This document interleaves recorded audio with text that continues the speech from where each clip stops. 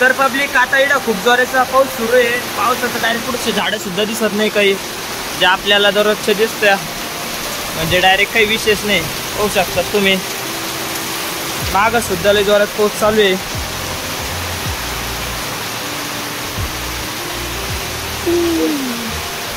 तर पब्लिक आता आपण चाललेलो आहे खेड्याच्या धरणावर, कारण की पाऊस पाहू शकतात तुम्ही. याच्यावरून असा अंदाज घ्या का ही नाली म्हणजे आपण चारे केलेली धरण वावरातलं पाणी वाहायची ती काहीच वाहत नव्हती. म्हणजे एक मोटर लावली होती आणि आता सध्या तर डायरेक्ट 10-15 मोटर लावली आणि अशी वाहते फुल भरून डायरेक्ट.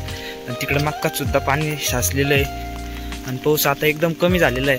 म्हणजे तो पहिले पाहत असाल तर आपल्याला पुढचे झाडं ते झाडं एकदम म्हणजे काहीच दिसत नव्हते समजा लगे, आणि आता ते पुरं क्लिअर दिसत आहे. आणि हे पण पाहू शकता तुम्ही चारी आवाज येतच असून आम्हाला तुम्हाला थोडा पाण्याचा या चारीतला पडण्याचा पाण्याचा आवाज. तर आपण आता जाऊ धरणाकडं. मग कसं आहे धरणाकडे गेल्यावर दाखवू तुम्हाला. आपण आता आपण आलतो धरणावर आपलं डायरेक्ट एवढं रुद्ररूप धारण करून घेतलेलं आहे. पाणी डायरेक्ट पाहू शकतात तुम्ही.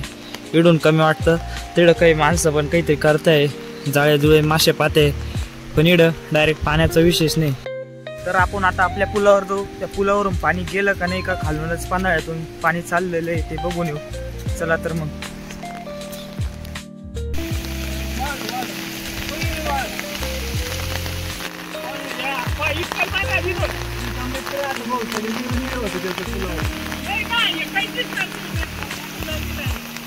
पण झालं त्यावरची